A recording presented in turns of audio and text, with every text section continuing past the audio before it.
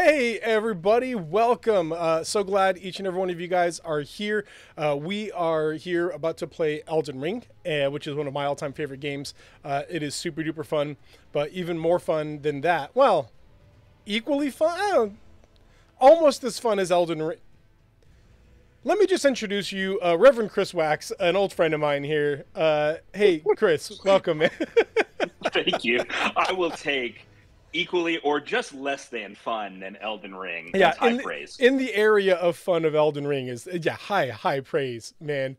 Yeah. Chris and I go way back. Mm. Much like you guys know my co-host Fox from Nerdy Gritty, the podcast. Chris and I go back to when he was in high school. I was an intern, and yeah, just got to know him there. So, Chris, how are you, man? I'm well. And look how far we've come. Yeah, no kidding. But no, doing good. And it's a pleasure to be on and hang out with you and play such a wonderful game. Yeah, dude, this game is so good. Yeah. Hang on. I want to make sure that people can hear you. Is anybody in the chat right now? Can you hear Chris? I want to make sure that Discord. Oh, here's Discord audio. Say some stuff, Chris. Some stuff. Okay, no, we're good. Good. I don't know why. Okay, I just. great. So we didn't actually do an audio check beforehand because my OBS randomly decided to say, "Hey, we can't stream. Hey, it's not going to work. No. Hey guys, no." And I'm like, what? So I went into full panic mode. Then all I did was close OBS and open it again, and it was like, okay, fine, sure. So You got me. All right, you got me. Okay, called my bluff. All right, Chris, man. Hey, before we jump into Elden Ring, which is one of the greatest games ever created, Amen. tell us about yourself a little bit, and tell us briefly about your church. Go. Yeah, absolutely. Again, my name's Chris. I have been, I work at Lexington United Methodist Church out in Texas. We're about 50 minutes outside of Austin, give or take. Still sort of in the rural part where the last direction Austin's growth is heading, just about. So we've got a good mix of stuff out here. We have Texas's #1 barbecue joint out this way. Really? Oh, that's cool. Yes. Folks will, it's only open one day a week, and folks will start lining up at like 2, 3 in the morning on Friday night. Well, I guess Saturday early morning.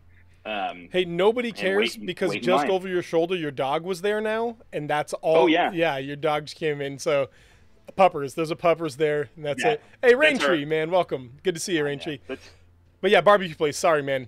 I got No, dog you're distracted. Dog distracted. oh, you're good. That's Bella, our border collie. She's Bella. I Cheers. think 12 years old, and is a delight. But yeah, we're just hanging out here. I've been blessed to be pastoring for I think almost 7 years now, full time, and just hanging out. Other than that, I love all sorts of nerdy things, playing games, anime, Magic the Gathering, which I have to address with you about a multi-year addiction that you started me on. I'm so sorry. That and Dungeons and Dragons are my fault. So Yeah, that's true. I wholeheartedly take ownership of that, and I'm proud of it. It's something I'm very, very proud of, man. No, I haven't played Magic in a while. This is something that we can talk about when we get in, but me and Woods of the Coast aren't getting along too well right now. I know there's a lot of people that feel that way too, but we're in that place. But real quick, tell us about Lexington United Methodist Church, which I was joking with Chris beforehand, saying that, multi-year addiction, right? Joking with Chris earlier that I was calling it Lexington United and made it sound like a soccer club. So, yeah. Anyway, tell us about Lexington United, my dude. Yeah, absolutely. So we are, church out here. We've got about, we have like 300 members who generally get, 150 folks kind of worship with us on a Sunday.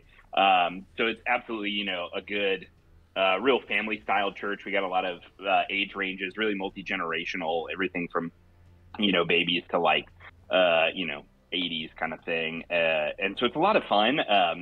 We do especially a lot of really fun midweek stuff. So like one of the highs I've learned is like we do this midweek thing for the elementary age kids, and the school actually helps us bus them over to the church. Oh, that's awesome. And so we'll get like, it's maybe like 10% kids from our church and 90% just folks in the community. We have a meal together, talk about Jesus, play games, and so it's just a blast. And then we got stuff for junior high kids, high school kids, kind of all age groups, and nice. We do traditional style worship, contemporary style worship.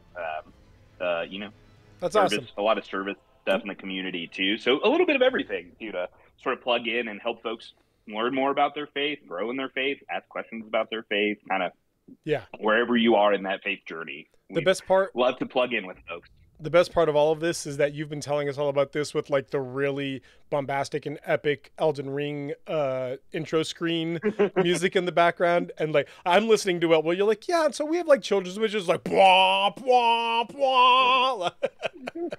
Fubadoo. Hey man, welcome in.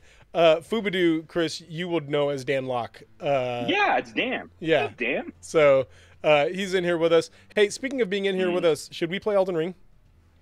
Yeah, that's probably a good idea. I would love to play some Elden Ring with you here. So here's the thing, chat. Elden Ring, like most Souls games, takes like 3 or 4 steps to actually connect and be able to play a game with. So what I'm going to do here is I am going to go to multiplayer. Yeah, I know how to multiplayer. I keep doing this where I'm like, look, I know how to do this game. And then all of a sudden I'll be like, oh, wait, I forgot how to do that thing. Like I accidentally was two-handing my shield and I'm like, crap, I forgot how to one-hand it again. So I actually unequipped it and re-equipped it. I know. I don't know about you, but when Elden Ring came out, I binged it for like 3 weeks and got the platinum. And after that, I was like, I need to go touch grass and like set it down. Yeah. And I played a little bit more after that, but I hadn't touched it, honestly, till you were like, let's play Elden Ring. So it's like, okay, I've got to remember controls again. And yeah. Okay. All that good stuff. 100%. I'm going to put in a code here real quick. So chat, you can't see, you're not allowed to see what code I'm putting in here. I'm going to put in the code and then drop it in our Discord chat, just so you know. Oh, no. See, I'm bad at spelling.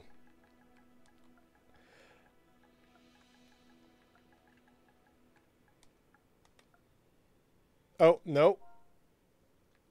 Is there not? Oh, well, you know what? It has to be that because there's a limited amount of letters that it can be. So this will just make sure that only you and I can connect with each other. You said you've never done multiplayer before, so let me see here. Now I got to open Discord chat and make sure that I'm talking to you. There you are. Mm-hmm. Oh, no, that first one's lowercase. There we go. So put that in your multiplayer password, and it'll make sure that we're the only ones who can connect with one another. Okay, now I can come back to the game here. There we go. Chris is so handsome is your password? You shouldn't use your normal. You shouldn't use your normal password. Right. No, see, that's my actual password, not my game password. Oh, yeah. That's my password to everything. Gosh, man. You're out here doxing me, giving my bank password to people. I am at the Church of Ella, just like right at the beginning of the game. Do you know what I'm talking about? Like in the tree sentinels right there wandering around it, and with the first shopkeep. That's where I'm at. Cool. So you will just go there, and graphics are good for you. Raintree, good. I'm glad, man. I was actually a little bit worried that I might get some lag or some like struggles here, but I'm glad that things are looking good for you. And then can you hear game sounds, by the way, guys? For whatever reason, some of my streams have not had game sound. So in the chat, can you guys hear me hitting stuff with my sword right now? You should be able to. And then Chris, you're going to go and you can just pick a spot inside here, tell me where it is, and then you're going to use that that weird finger thing to no game sounds. Raintree, you can hear it, but Jane, you can't? Wait, what? Wasabi Jane, welcome. Okay, here, let me go talk to somebody, and we'll see if there's So this is dumb. Do I just put this in the multiplayer password and then? Yeah, where it says multiplayer password, just drop that right there. It did. Okay, and now you're gonna go. Okay, yeah, I'm turning up the game volume right now. How about this? There are others of my people who yet survive in these lands. If the mood takes you and you meet one, then offer them some trade, won't you? Thanks, chat. We had a few streams like right at the very beginning where the game audio was way louder than us, and so I guess I overcorrected here. So awesome. Thanks, Raintree. Thanks, Wasabi Jane. You guys are awesome. Things are not so different for us now. Though the Elden, I think. Yeah, cool, dude. Hey, this is just a joke. This is just a stream for funsies, so you don't have to talk this much. Okay, so yeah, Wax, you just Chris Wax. Oh man, so when Chris was in high school and I was the intern, there were like 6 Kyles, and so we just got used to calling everybody by their last name, including Chris. And Chris was like, "There's only one Chris. You can call me only one Chris. Of me." It's like, nope, it's just easier this way. Yep. Like, no, okay. Sorry. And I've already defaulted back to calling you Wax. So anyway, pick a spot in here, and then there's the item. If you go down to multiplayer, there'll be the item. It's called like the furrowed finger. The furrowed finger. There it is. Why did they choose finger? It's the worst choice. I mean, they had to know what they were doing, right? They had to be aware that the Elden Ring community was gonna ruin that. That's probably true. By the way, chat, today I'm drinking a Kyoshu Sencha tea. It's a green tea, and I'm drinking it with some Pacific Northwest blackberry honey. It's delicious, and I love it. Okay, I used the finger, and it just threw on the ground. Yep, where? I am just sort of west, looking at Santa Claus of the Grace, like a step from the Grace there. Cool. So that just means I got to go in and use this guy, the fur-calling finger remedy. In fact, I should probably just equip it here. That way I don't have to go into my inventory every time. So the trouble here is going to be the fact that... there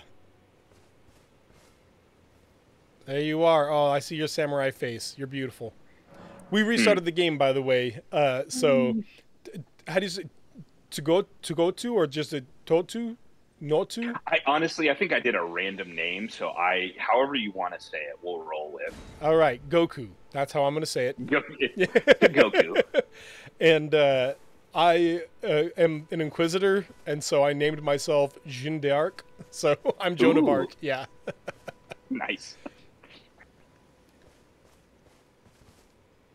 All right, so yeah, every time you die, I have to use an item to summon you again, so we can't die. We're not allowed to do that. All right. Are you being summoned? Is it working? It doesn't look like it yet. No? I don't think so. Drinking team, playing playing games, doctor's office talking about gastrointestinal issues for my client. One of us made the wrong career choice. Okay, wait. It just said that I was unable to be summoned.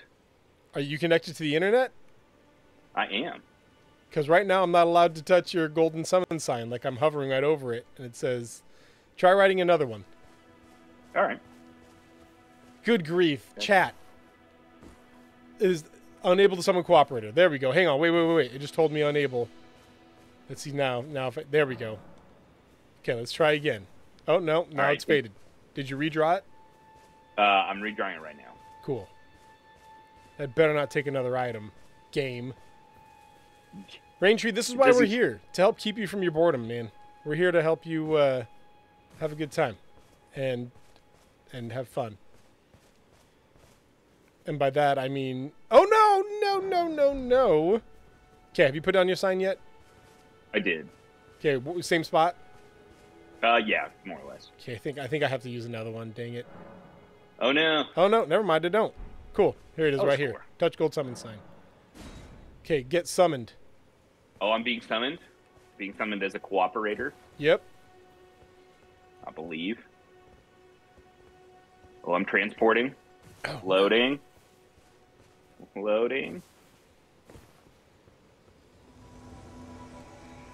Oh. Welcome, peasant, to my realm. Woo! Woo! Welcome.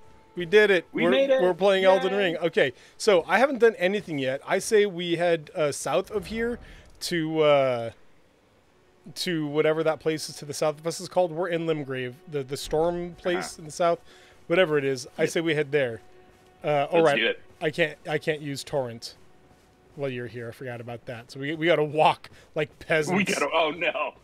Okay, we're also not going to fight the tree sentinel. Are you sure? He's a big buffman, and I'm pretty sure. I think we could do it. I think we could do it. Yes, it would probably be the entire stream, and we would have to do so much farming of these Erd tree flowers. Okay. Oh yeah. We're gonna have to drop down here. Woo! Don't die when you fall. All right. We're rolling. There you go. Good job. I'm so happy with you. Let's kill these bats so there's some action. For the things that are happening. Action. Baction. Batch. I'm trying to make a portmanteau here, but it's not working. Get him. Die bat. Nice. We showed that bat who's boss. Yeah. It was literally just there minding its business, but we got it. You know, take that, bat. Am I the villain? Am I the bad guy? Come here. I hate these dragonflies so much. They are the worst. Oh, gosh. It just kept jumping around and like jerking my camera. I hate that. When you lock on and then it just spins in circles. Well, we killed the bats. It's been a good stream. Yeah, that's it. Now. So thanks for watching, guys. Lexington United Methodist. Yeah. Link in the bio. Link in the bio, exactly. How do you sprint? I've forgotten that one. Hold circle. Oh, thank you. Erd tree flowers. Erd tree flowers? Need to stock up. Just found one, yeah. It takes 2 Erd tree flowers to summon a cooperator. And so I made sure to wander around a little bit ahead of time. I got like 5 or 6 levels too. But I collected 20 Erd tree flowers to make 10 items. But you better believe that I'm going to go ahead and grab every single one that I find from here to there. Absolutely. Would you do your first playthrough as? Johnny boy, good to see you, man. Samurai. We also got Jonathan Cook here. So. Oh. Yeah. Samurai and I pretty much stuck with katanas the whole time. Yeah, let's kill everybody here. All right. They said something about my mother, and I was displeased with it. How dare you? Mother smells. But yeah, I stuck with katanas the whole time and ended up specking arcane and dexterity for Rivers of Blood, and had like this epic bleed builds that murdered anything that was alive, which to say is most of the game. So exactly. Yeah. How about you? I did sorcerer as my first one.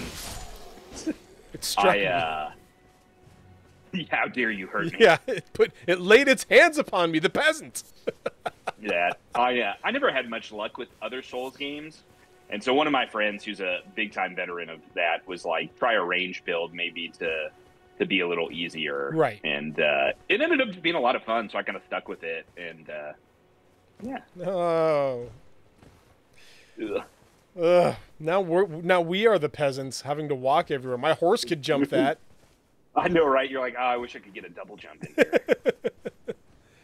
Okay. Actually, I think we need to come over all the way around anyway and head down the road.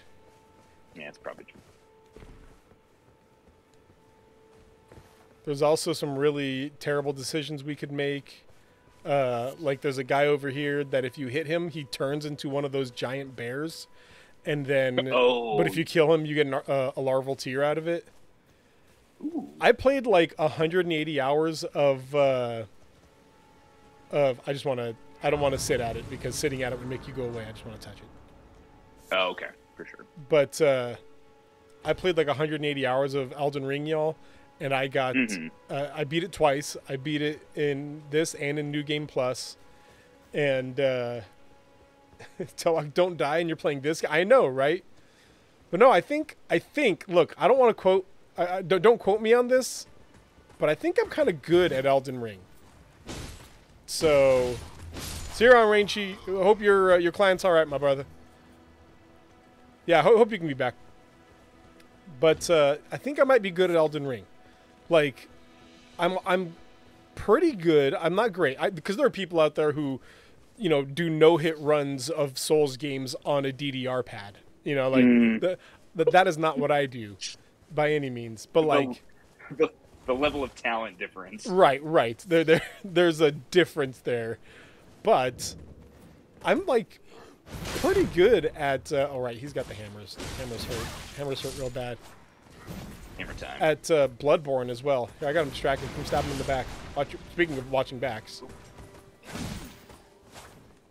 Die. There we go. Oh, Where did no! that come from? I didn't think they'd be able to get us from over here. I thought we were behind the Me wall. neither. Dang. That was All a right. long range. I'm at that Stake of America that's right by there, so they're going to have to wait again. I mean, it's not so much long range as much as that's got a curveball shot there. I know. I knew it was going to happen, Fubadu. I knew it was going to happen. Exactly that. But no, I thought I was protected because we were like over.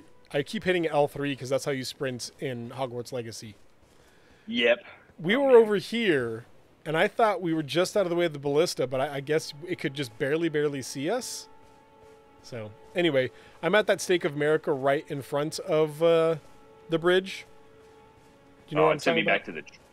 Yeah, Right. send me back to the church. I Right. just make my way back there. Yeah, make your way there, and I'll start picking off these guys while we're waiting.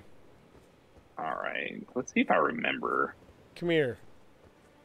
If you remember the direction we just took 5 minutes ago. Yeah.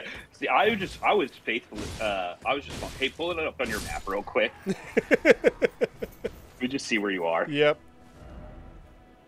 So again, pretty much as southeast as possible. You are here in the Church of Elle, and if you head southeast, you should be able to get to the Bridge of Sacrifice. Oh, dang, we made it really far down. Okay. Yeah.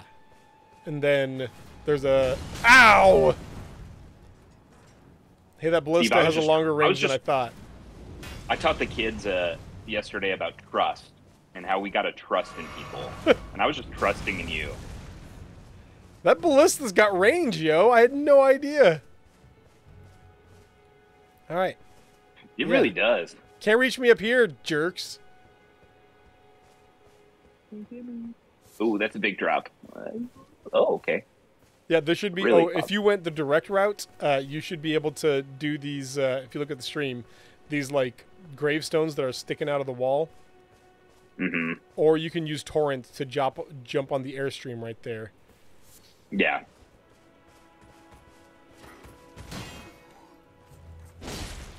I'm not going to say I went anything remotely close to the correct route. Hey, the correct route is the one that gets you there. And so That's if true. you're there, then you went the correct route. That's the important part. Mm.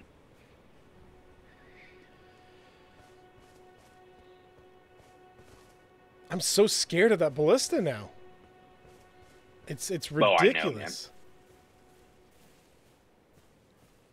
Okay, I'm gonna try and stick to the right-hand side. I have full health, right? I do. Okay. So I know that if it hits me... Oh, see? You can see me here. How? They must have guys with, like, binoculars over there or something. That's Just the sniper ballista. only... Yeah, exactly. That's the only possible option. Hey, come here. Hey. Hey, come here. Hey, you. Up here. Come up here. Come on. Idiot. Got him. Oh, that guy is right there. Forgot about him. Are you in this area? Yeah, I'm right by the vortex. Okay. Just put your sign down. I'd say... Ah! The ballista is the worst thing and I hate it. Every time I think I have escaped it... Okay. Put your sign down, like, on the path. Nearby there. Okay. I'll just... There we go. I put it just a little above the vortex. Kind of up the hill. Yep. I'm looking. Is this it? No. Looking for a golden one. Dragonfly, if you try to start something, I will fight you in real life. It should be right where you were standing. On the stream, at least. I'm not seeing it. Dragonfly. You don't have to... I had to use an item, which I already used. Dragonfly. Why are you the worst? I hate these things so much.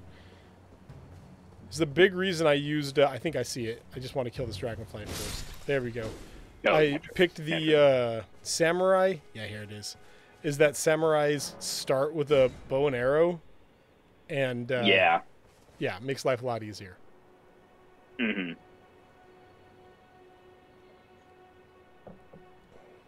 Yeah, I respect to that like Rivers of Blood build afterwards for my new game plus. Oh yeah, and it was just shreds. It does, especially early game when everything is a living creature that's weak to bleeding. Yeah. Oh well, your sign just disappeared for some reason. Oh, weird! It did. Here, let me throw it down again. Yeah, just put it said back I was down. even being summoned too. Yeah. Oh, it just said it had failed. All right, putting it again. Cool. Take two. This is the problem with streaming this type of stuff is, and this is my idea to be fair, just because I love this game and I know you also played it. But as you get this kind of thing, is like, okay, we're waiting for your sign now. Here's your sign. That really recent and relevant comedy. Here's your sign.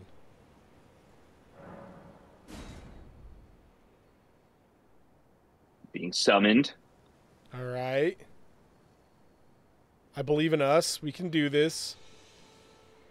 Oh, failed to join. Why? Why? Okay, well, hey, while we're trying to figure this out, why don't you tell me a little bit about Lexington United Methodist? In fact, tell me about this. What is a United Methodist Church? Like, what does that mean?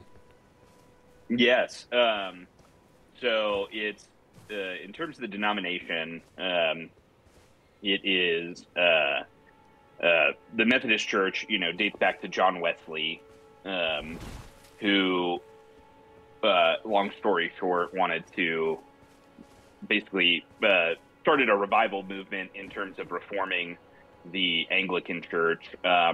He's generally credited with like inventing small groups, more or less. But I'm pretty sure the early church did that, but okay. Like the house church, or that one doesn't count. That doesn't count. It's fine.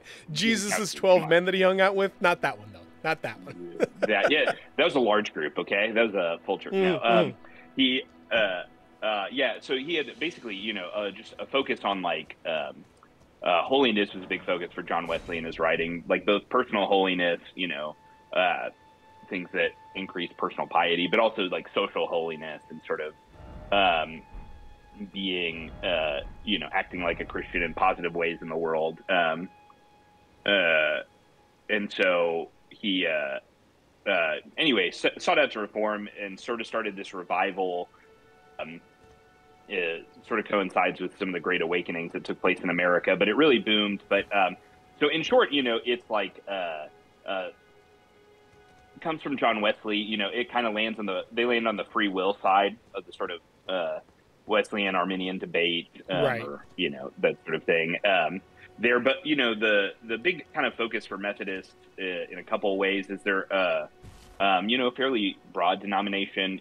I tell folks in my congregation, both Hillary Clinton and George Bush, are Methodist, United Methodist, right? So it sort of encompasses a fairly wide range, right, of people in that, and so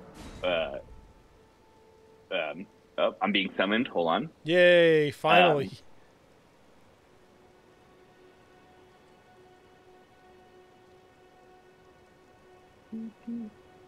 Just thinking about it.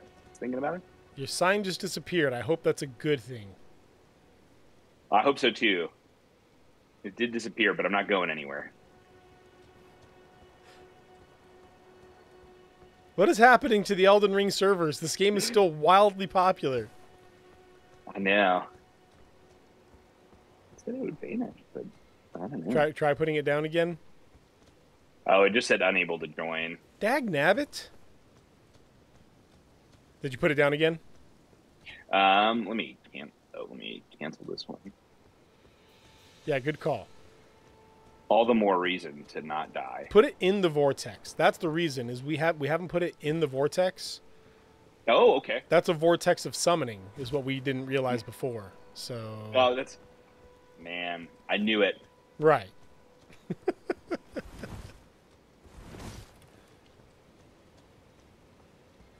Hey, Elden Ring servers, let us play this game, please. I'd really appreciate that. Hey, Chris, do you play Marvel Snap at all?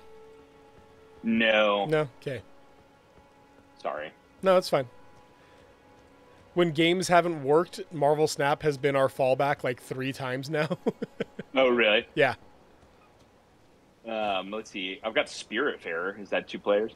It is multiplayer. I have it on the Switch. Do you have it on the Switch? I don't have it on the Switch. I'm on PlayStation. I don't know if it's cross-platform, but either way, we're going to get this working because you're in the summoning vortex. Did you put down your sign? I did, yeah. Oh. Oh, you want me to actually put it on the vortex? Or whatever. Just, oh no, there it is. Okay, no, I found it. Here it is. Okay. If it doesn't work, it's because you didn't put it in the summoning vortex. My bad. Fubudu says that we could jump back into the Stardew Valley farm. He and I started a farm when he streamed with me. Are you being summoned? Doesn't look like it. It's doing the thing where it disappeared, but... Yeah, put it in the vortex circle. I'm calling it. Done. That's the spot where it's going to work. Okay. Smack in the middle. Smack dab in the middle. Yeah. Alrighty.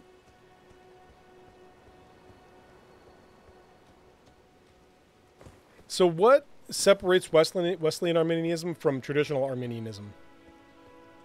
I mean, they're probably all very similar. Right.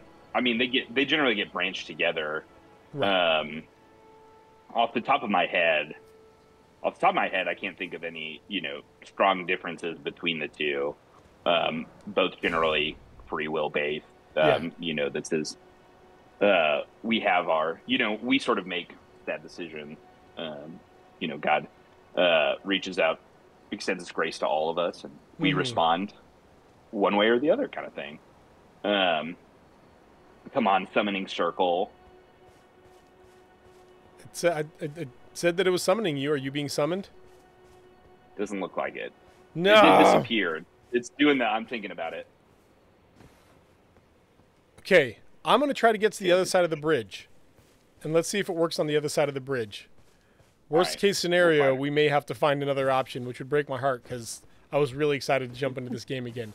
It's legitimately a bad thing that I rebooted this back up and started a game like from scratch, because now I just want to beat the game again. Like, I want to just go through the whole game again. Yeah, unable to summon cooperator. I do wish they made it slightly easier to do. Like, I know it's part of their shtick to make it hard. Right. That's my only complaint. Heck, nabbit, ballista.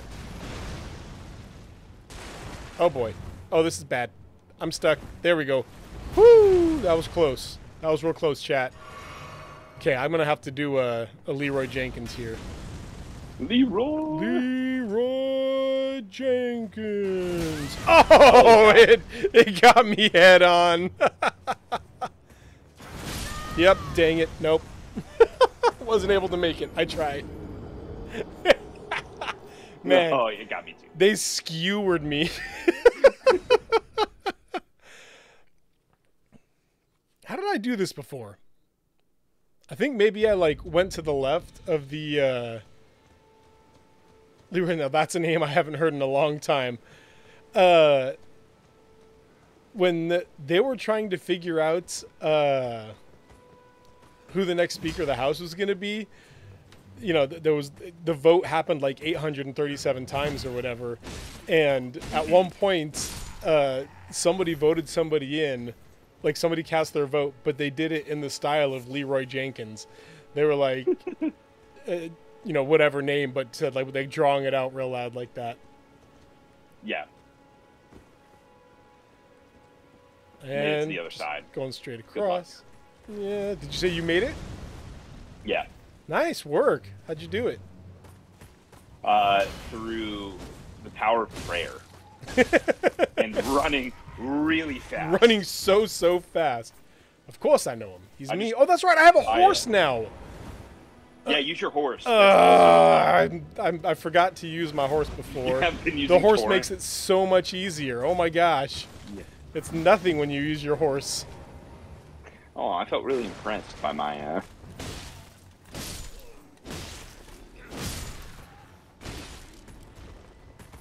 No. Guy tried to hit me, and I just told him no. Hey, Mr. Shield.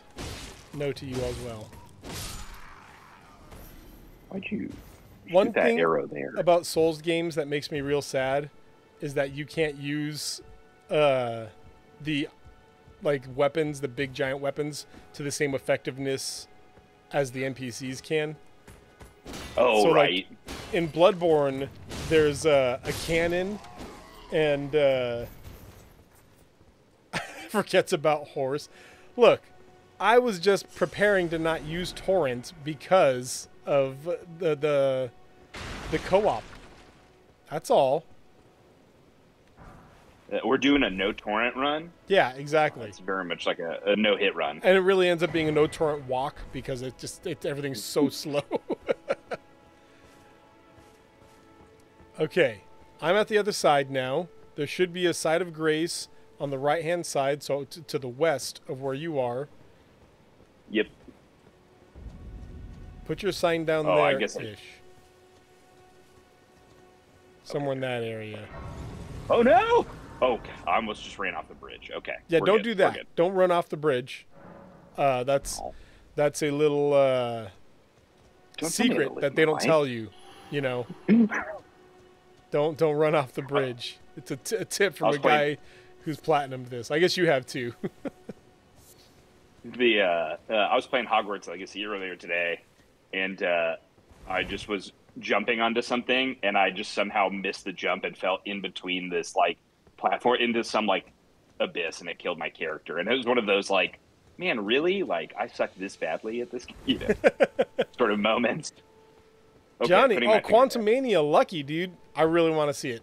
I'm gonna try and see if I can convince my wife to have her and I go on a date to go see it. It looks interesting. It looks good. I have become trepidous of Marvel movies of late, though. Phase 4 was experimental and not my favorite. That's true. Yeah. Okay, somewhere around here should be your summon sign. Yes, you put it down? Yeah, it's right by the site of Grace. Just like... oh, there it is. It just appeared. Okay. The good news is it's going to work right here. Summoning Cooperator.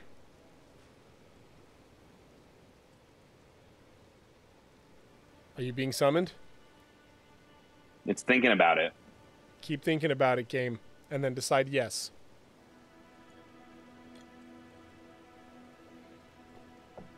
It's taken a long time to think about it. No, you're not looking promising. No, why? Why is it doing this? Okay, hang on. I'm gonna see if there's like something that we can do. I'm gonna pull up. Nope, not that, or that, or that. There we go. Over here. Okay. Good old loading ring. Elden Ring can't summon Cooperator. Check your internet connection. What's your internet speed at right now? Do you know?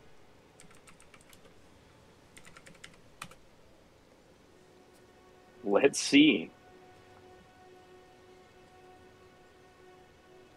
It seems fine. I'm at 700 megabits. So I think I'm doing okay over here. Followed by the version of Elden Ring. That's not the issue because we did connect at one point. Yeah. So really, it's just the game just doesn't want us to do it. Excuse me, Fubadoo. We know exactly how to play cooperative. The real question is, why won't Elden Ring let us? Let's try this one more time. Put your sign down. Now we know it's Elden Ring's fault, and we can stare at the game and glare at it and be like, hey, Elden Ring, how dare you? And judge it. How dare you? Judge it, like, heavily. And then see if it changes its mind.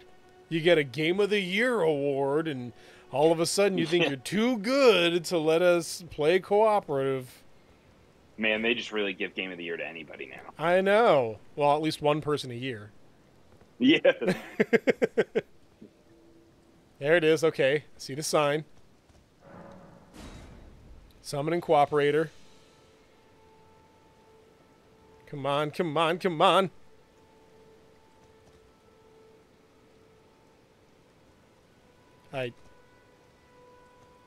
What's happening on your end? It's just doing the normal thing it does when it doesn't work. It's doing the thing it does when it doesn't work. Doesn't. When it's just like summoning you, and then all of a sudden it stops, and then in a minute it'll be like, "Yeah, sorry, you can join." Yeah, it's the servers. Something's wrong with the Elden Ring servers. Let me see if there's something going on online. Let me check. Elden Ring servers.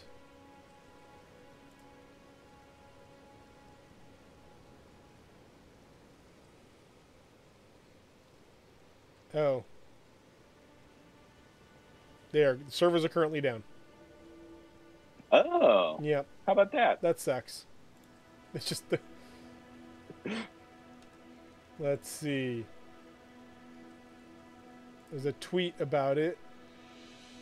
Oh no, that tweet's from June 22nd, June 13th, 2022. So not that one.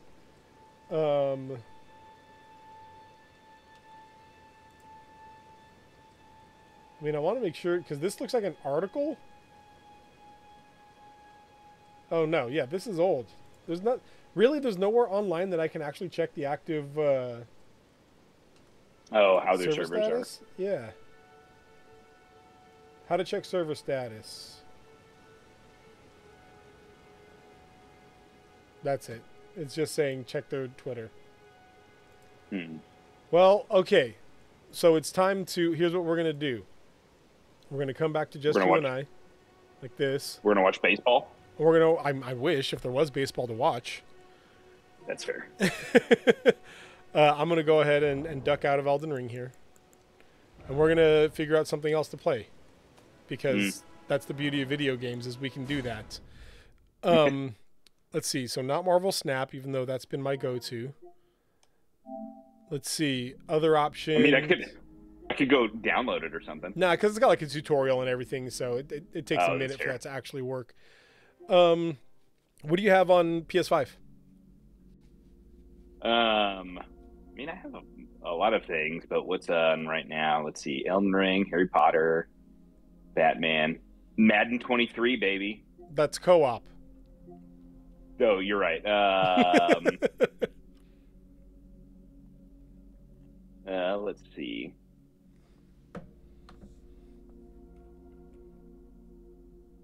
It has to happen inevitably every time, chat, that there's got to be some issue or some problem.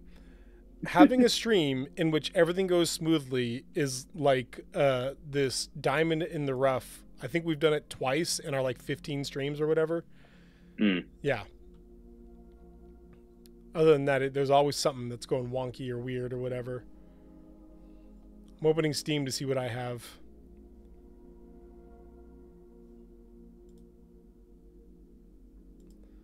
What do I have? Let's see.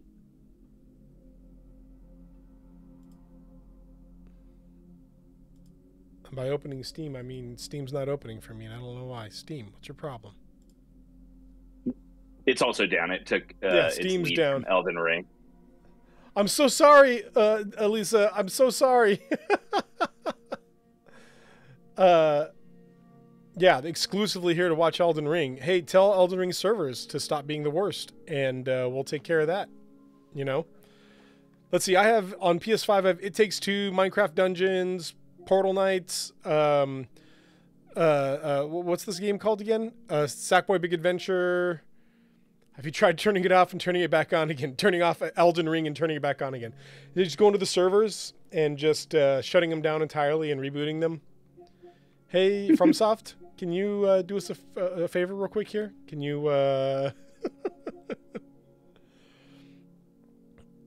Let's see. I'm so sorry, chat. This is not exciting at all. Okay, well, you keep looking. Tell me, and I'm going to actually play Elden Ring. That way, there's content that is occurring here, and we could play Elden Ring simultaneously or something. Yeah, something like that. Sure. Okay. Wesleyan, or sorry, the Methodist Church. We were talking about that a while ago, though. So, like, yeah, most people, what they know about the church is going to be like pretty typical non-denominational, type stuff. Yeah. Or maybe like Baptist or Southern Baptist or whatever. What makes Wesleyanism, the Methodist Church unique?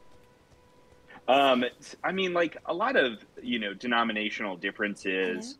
I think, they come down to, certain theological things that are, generally, a bit smaller in terms of like, oh, this confession versus this, or governance. Like, that's always where the biggest thing is. And so, like, unlike, if a Baptist church, which is, can be where the church is a bit more independent, like we have a larger governance structure. And so, like, our church, we just have a bunch of committees, but it's also part of like a district, as we call it, where there's, a range of 50 to 60 other Methodist churches in our area that sort of like work together on things. And then that's part of a conference. Ours has about 600 or so in the kind of, if you take Texas where we're at, kind of go down the middle and go east, that sort of area. And so in positive, it sort of means, we can do certain things together. So like, our conference owns a camp that we all do, church camp, and like, combined together on a lot of like, regular youth trips. They have what's called like Army, which is like United Methodists, Action Relief Ministry or something like that, where basically we get high schoolers, on a service trip. And so again, it's not stuff that other churches don't have, but by any means, but it's like, our governance looks a bit different. And so we have like a bishop who sort of heads our region. And the big thing for our clergy is we serve in an itinerant system. And so we're moved in terms of like appointments. So it's like comparable to sort of like the military, where they just sort of tell you where to go.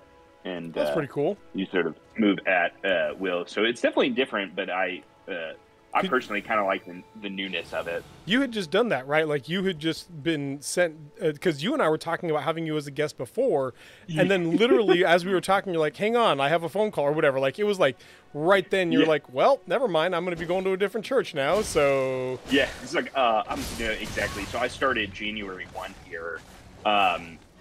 But yeah, so I served in my last church for 6.5 years. And that, so, but it was, which was a fairly long time, but, and then, I sort of basically out of the blue got a call that said, hey, by the way, we're going to move you out to this place, and someone will call you with some more information. So, it's honestly a little jarring, but after, a day or so and kind of learning the lay of the land, it's been good. But, so yeah, like what we call like connectionalism, being connected to like a grouping of other churches is like really important for that. I joke that you can like call any Methodist church Like, hey, I'm at such and such church. Can you like tell me, could you send me an copy of your budget? Like, I have this question. They'd be like, yeah, absolutely. Here you go. That kind of stuff. Or thanks, Jane. I do that a lot. I'm sorry. I wasn't showing the game itself on the stream, so. At my last church too, we developed a partnership with like a couple other Methodist churches in that area to do like greater impact mission work. And so we were able to buy a dorm that we were renovating to do like a transitional housing program. It had a really high population of folks who are homeless, just living on the streets. And so, and a lot of folks who, if, they could get, 9 months to a year of housing, not having to sweat much about it, could really benefit from that, and then navigate. Either some of them just need to wait to be able to, and some help to navigate disability benefits or veteran benefits, or others just, the Galveston where we're at had actually really great trade education and stuff like that. But a lot of folks just needed that security of saying like, oh, okay, I don't have to sweat where I'm going to sleep at night, and can navigate. So our church and other church were, combining up for that sort of project, and that. So yeah, it's again, so a lot of it comes down to governance stuff too. That that real exciting stuff that folks love to hear about. But yeah, speaking more about the work that you were just talking about that you guys were doing. Yeah, so many people.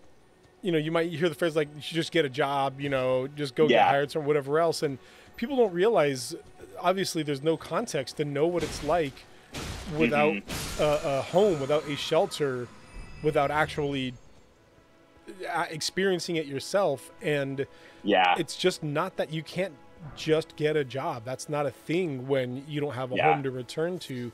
And so when you're experiencing houselessness, it's not just go get a job. That's not a thing. That's not the way that works. But if somebody can help provide you a place to live, like you said, for 6 months, a year, something like that, a computer to access so you can get, receive emails or whatever else. Yeah. It changes everything. It really does. No, absolutely. And so it like, we would tell folks to like, to think of a time when one of those low moments when it really felt like your life was falling apart, like when folks were in between jobs, maybe had, medical bills coming in, or just, the normal life stuff that kind of everyone goes through. And we think of that moment, and it's like, we absolutely all let some stuff slip in our life, and totally understandable when it's you're sweating and anxious about this stuff over here. And, I try and say like, for folks who are homeless, it's like that, but maybe 10 times more, because it's not like, oh, will I be able to get enough hours to, pay all these bills? It's like, where am I going to sleep at night? Yes. It's dropping to 30 degrees. Do I have enough blanket to be able to, and that kind of stuff. And, it's that survival mentality for folks. And so, and just the big difference that being like, okay, I have a safe and secure place makes that it like helps really just shoot up folks' ability to navigate that. And my friend Michael, who he was the pastor we were doing this with, his church had a lot of they really did well in bringing folks who are experiencing houselessness into their community and as a part of their church, and which was really cool. And they had folks who they'd get jobs for, and they'd go for a couple weeks, but it just the stress of everything came down. But when they were able to help them, get into housing they could afford, right? They were able to hold down those jobs, and everything goes well. So exactly, I think, tries to break down some of those stereotypes and things like that at some level. But so yeah, we were getting that started right when we had just sort of, I think, purchased that building, got some of the grants and stuff, and all the exciting paperwork that you have to do to. I was recently talking to somebody, nonprofit, and they were talking about, because we were talking about privilege and what it means to have privilege and to to experience it, whatnot. And he was saying, you're kind of one of those guys that doesn't believe that it's really a thing. And he's saying, I grew up poor. And when I asked him to kind of expand on that, he's like, well, my dad or my mom didn't work. My dad was the only guy who worked. oftentimes our meal was just Spam, whatever was the cheapest at the time. I had to share a room with my two brothers, and it kind of went on. And I said, what you just told me is that you had a meal every time, like you had food at every meal. You had a house to sleep in, and we kind of listed, you had different clothes. Oh, he said I had hand-me-downs. I always used hand-me-downs for my brothers. And I'm like, you had clothes to different clothes every single day. Like, you're able to change, to wash your clothes, to bathe, all this stuff. Like, that is the definition of privilege right there, is just having this mindset of, this is what it means to be poor, right? Because you have never even come close to experiencing something else. And again, not to downplay that. I'm sure his family struggled. I'm sure they had hard times, but it's different. It's different. And absolutely. Yeah. It's exactly, not to diminish anyone's struggle, because certainly, I mean, that's hard. Just the normal making ends meet is hard, but you're right, for others, it's like if you think, okay, that's hard, and then how much worse is it than for other folks who Absolutely. It's like, we have a program called Backpack Buddies, which is for those kids, elementary school age kids, who it's like, I may not, if they don't go to school, they won't get food. And I feel like similar to that guy's situation, growing up, but it's like, I never had to worry about that. Like, I know I was lucky in that regard. Whereas some of those other kids, it's like, we had freezing weather, and one of the reasons they decided to do school at the end of the week, even though it was kind of dicey, was they were worried about kids going that long without food. Yeah. Which is just a tough thing. And so yeah. That's one of the things I appreciate about my area of Oregon, is that like, when you're I was a school bus driver for a while, and one of the things they told us is, you're not supposed to eat food on the bus. It is technically a rule, don't eat food on the bus. But some of these kids, the only meal that they get regularly is their food at school. And then they bring it, they save half of it so they can eat some of it on the way home or whatever else. Don't take that away from them. If people bring food on the bus, don't actually get them in trouble for it. Yes, it's a rule. Yes, we should recognize that it is a rule, but we don't really enforce it. And on top of that, our schools have like a mindset of nobody misses a meal. So you don't pay for your school lunch. Or sorry, you are encouraged to pay for your school lunches here. If you can't, you're given food anyway. And oh, that's awesome. Yeah, and at the end of each month, or each week, I mean, they pack up all of the leftover food that they have, and they send it home with students. And oh, wow. Yeah, and so there are times that I've had students, when I was driving a school bus, coming in with like 3 grocery bags of extra food from the cafeteria. So it's awesome. That is, yeah. We've got our part of our midweek thing too, and is we feed the kids, again, knowing that for some of those kids, it's like, because we had talked about even similar, could we ask the kids to bring a couple bucks or even just some change for it, because there's some folks who certainly can their parents very well, and they can, but it's like, well, worried about, well, what about those kids who they can't? And it's like, I think our people, all volunteers who do that, know who they are, and so they'll call them over and be like, here's good. We had pizza yesterday, so it's like, take a couple extra slices of pizza, or here's that, or we had leftovers, so it's like, okay, I'll go deliver that box to so and so, and that kind of stuff. And so it's it's important work too, and it's just some of that stuff that goes pretty easily goes unseen if you. Like, unlike other ailments, which you kind of know, it's if someone's hungry, it's hard to know sometimes. Man. Okay. Well, so speaking of like these ministries and whatnot, what kind of ministries does Lexington United have? Yeah. So again, we mentioned M&M's, which is a big one. It's our midweek. We call it like Methodist midweek, and they started it in like the 90s, so they give it a kind of cheesy name like M&M's. Midweek, it's called M&M's. I love it. And so it's fun. It's one of those it's sort of grown on me. At first I was like, what a name, and now it's like, oh, it's kind of wholesome, and like everyone knows it by that way. But it's one of those things that you love ironically, like it's dumb, and you love it because it's dumb. Yeah, exactly. It's goofy, but yeah, we get to, again, like, we go to the school, they bring a bus out for us, and we just load up 60 or so kids on it, and we hang out, have some food, talk about Jesus, which is good. And then in terms of other ministries, we've got we have a couple of folks who do prison ministry. Go out and they do services at the prisons and mentor folks. That's awesome. Which is an awesome one. Yeah. So we got a couple of real dedicated folks for that, which is great. We do a monthly free will lunch. We got a lot of food-based ones, which is interesting.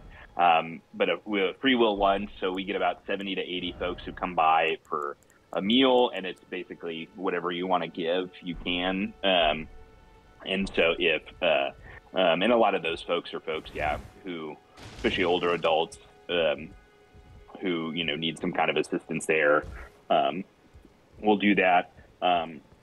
Backpack Buddies is another one that was started by our congregant, and we, and is sort of housed out of our church. And so once every month, we kind of get together to assemble a bunch of these little to-go backpacks or little bags we put in backpacks to help feed, the elementary school age kids who may not have food or sort of food insecure.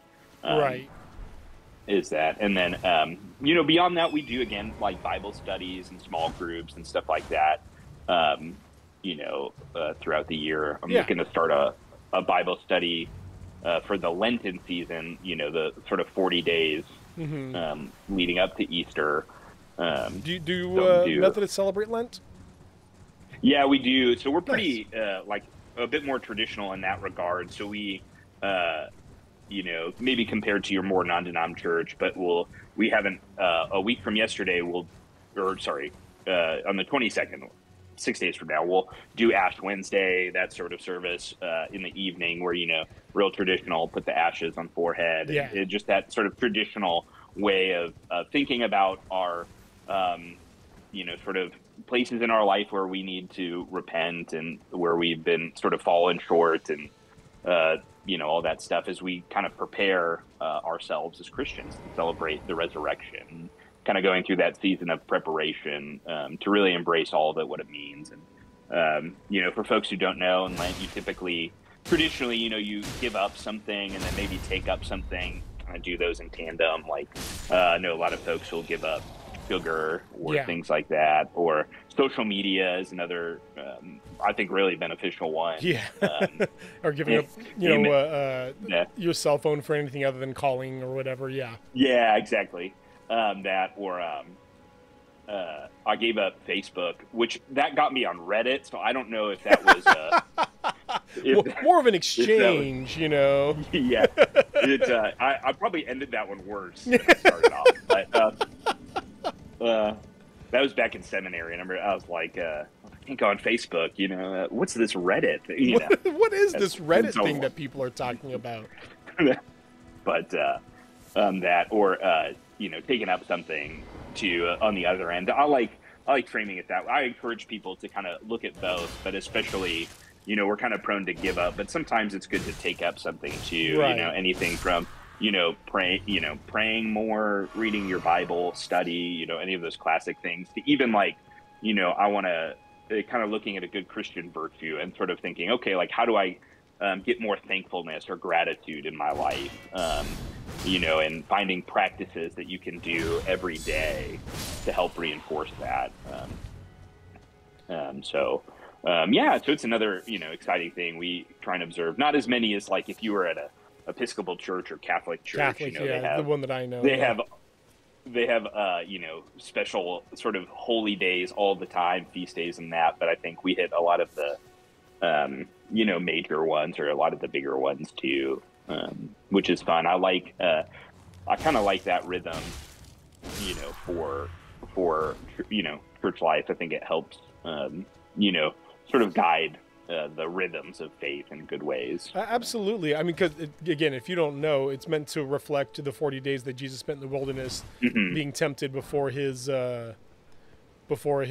ministry like officially started, and so we also give ourselves, a limit, because he didn't have any food to eat, and so we also like limit ourselves, and so that's the way we reflect it, is with Lent. And so taking that time to either A, limit ourselves with something, or B, to try and extend ourselves in a different way, like try to expect more from ourselves, it's a good thing. Lent is something that I also do most years, not every year.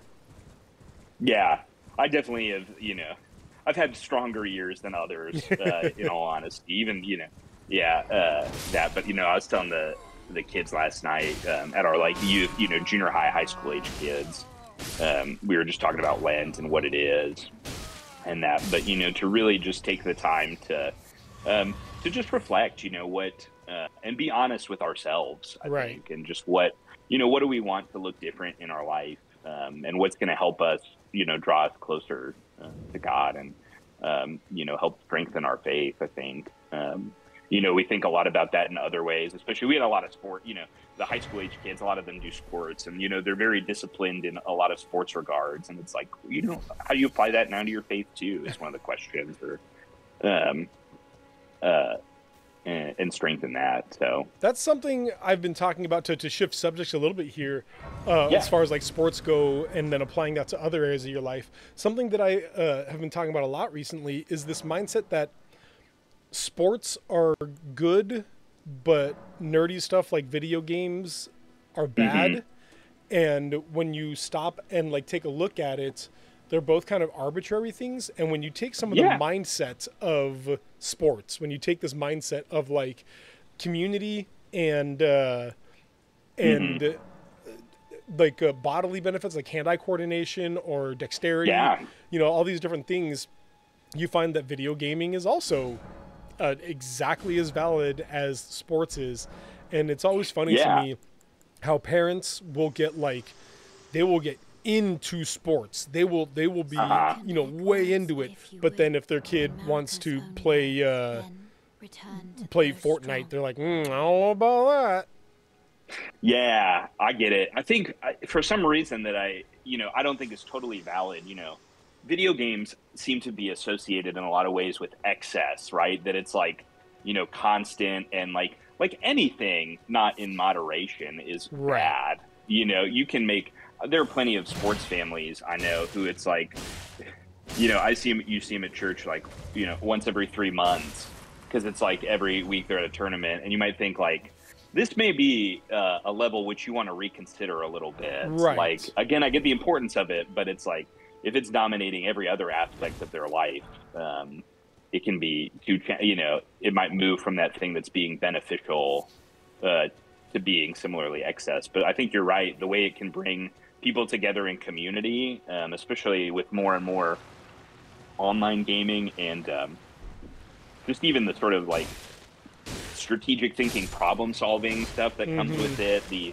the ability to take something and figure out, okay, here's the end I need to go to. How do I get there? How do I get better at that? Especially if you play like one of those high skill games, League of Legends, StarCraft, any of those things that are like easy to get into, very difficult to master kind of stuff, that it takes a lot of skills that are, good to develop, I think. And you're right to say it can only come through sports. Seems silly. And on top of that, even games like Spiritfarer, which are mostly narrative driven with little mini games in it, and that's it, have this emotional experience and like this community mindsets that you don't get in sports. This beautiful, beautiful narrative of each of these people and learning to say goodbye. I remember a moment that will make me tear up for my entire life was my son, when Spiritfarer first came out, I played it.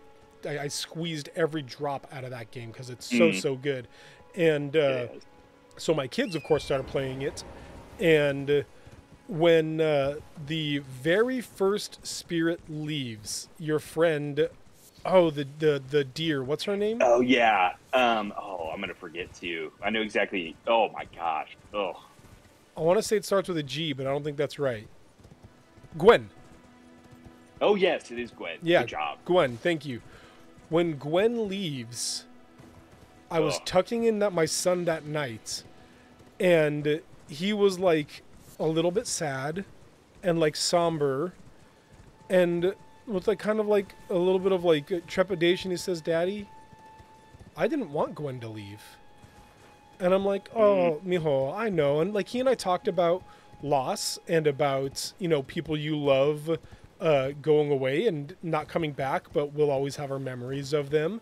And that's when he says, "You mean kind of like Tata, my dad who passed?" And I was like, exactly like that. And again, I can't talk about it without tearing up, because it immediately led to a conversation about heaven and about being reunited again. Oh, it was so good. And you don't get that in sports. Actually, you're right. Yeah. I was actually just telling a story about your dad yesterday. Oh yeah. About his stealing strategy for like sending guy when you had I think on second and third, and he'd send him right home. And having somebody skip third base, that one. Skip third base, yeah.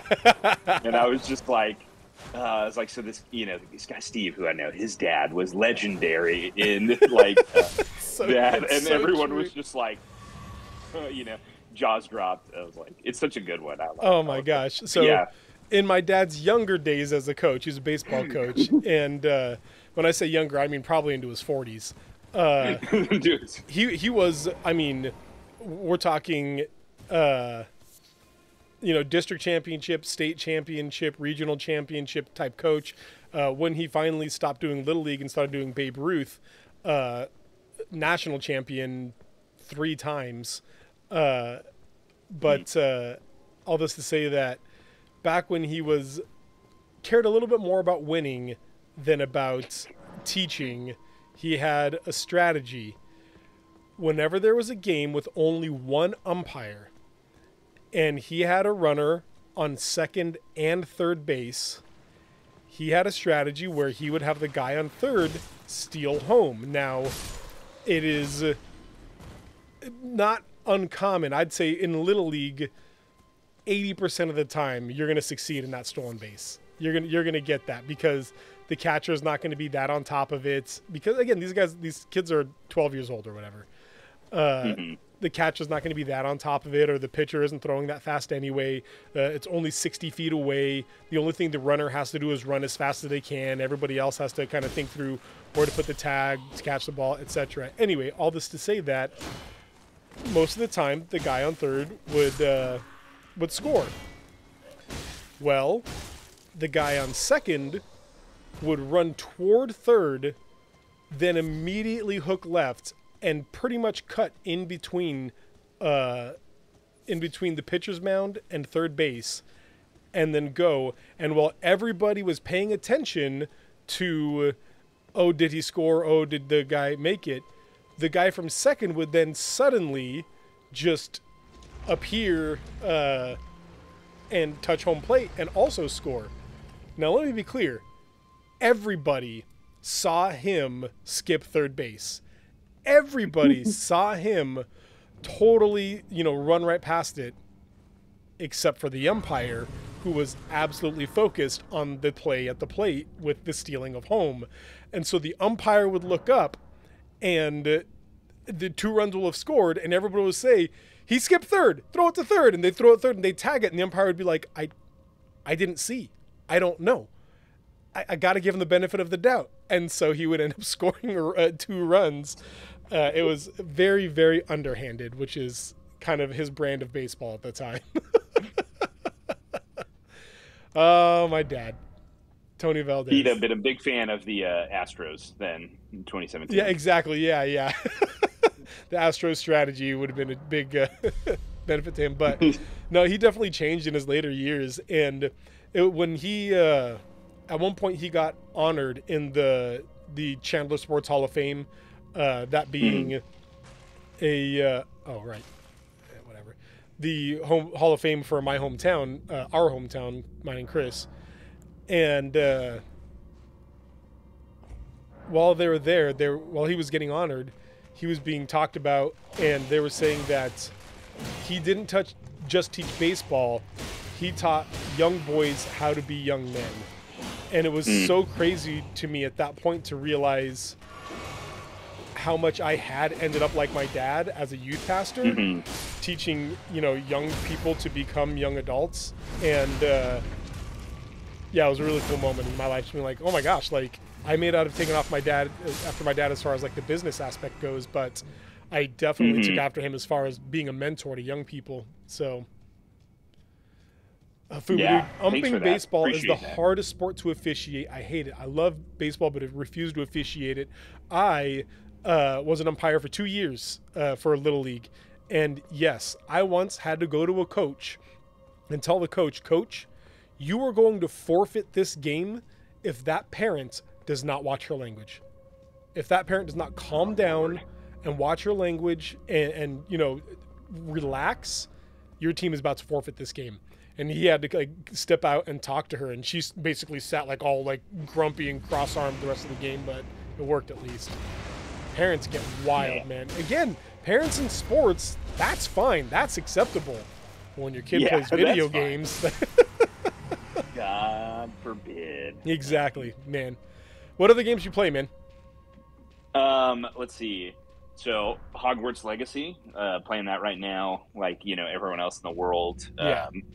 Hopefully it's very playing. Good. Yeah. I do a lot of single player story driven games. Those are the easier ones to play, I think, in my life right now. Yeah, I hear Magic Arena is my go-to for Where did you come from? I think when you were talking to Kyle Fox, y'all were playing Snap, and I think you mentioned it was one of those good, you can pop in, play for a little bit, or you can play for a little bit or a longer while. And that's kind of how I treat that one. It's I can play a quick game, 10-15 minutes, and I love Magic. Right. Or I could, sit down for a little bit and be like, okay, I've got free time. I'll try and climb the ladder a little bit, or, try and brew a new deck, or, something like that. So Magic's just one of those games that, over the years, I've gone through different phases of playing with folks. And seminary, we had 10 or 12 of us. That's so cool, man. I love that. All played. And that was by far the best, because we'd buy, our own booster box, and then we'd just all draft together and play each other. And oh my gosh, that's so much fun. Which was the best. And then a couple of us played pretty competitive too, so we'd go to the shop and the other tournaments and stuff like that back then. But man, back in the day, I used to do the same thing. I have not purchased a Magic card since Cons of Tarkir. I think that was 2014, so almost a decade now. Yes. It doesn't help right now that Wizards of the Coast is not being the best with their product, any of their products. I've heard. I've tried to ignore so I don't have to, so I can keep my Magic addiction. Man, so one of the things that they're doing right now is purposefully overprinting cards. That way, it takes away from the LGS, because they're not selling singles. The single business is just different. But then on top of that, people keep going to them for every new set, because if you don't have to buy that old card for $80, if you can just pull it from the new set that just came out, just buy more cards from the new set, man. It's way better than just buying the single card. So that's their practice right now. So they release a new set every 3 months, so quarterly releases. It's a crazy cycle. Yeah, it's so bonkers. And then on top of that, they're moving to 1D&D, and I don't know if you heard much about the OGL, the game license. No, I don't think so. So they used to have an OGL which said, hey, this is our system. It's a D20 system with these type of things in it. Here's how it works. You may not use our actual first-hand stuff. You can't say Dungeons and Dragons. You can't use our IP, our characters. But if you want to make a source book or a module or something like that that uses our system, that's fine. Like, it's an open game license. You can make whatever content you want that uses our system. And that's why you got so much awesome third-party stuff for D&D. Well, one D&D, they said that they were going to not have an OGL for it, that it was going to be exclusively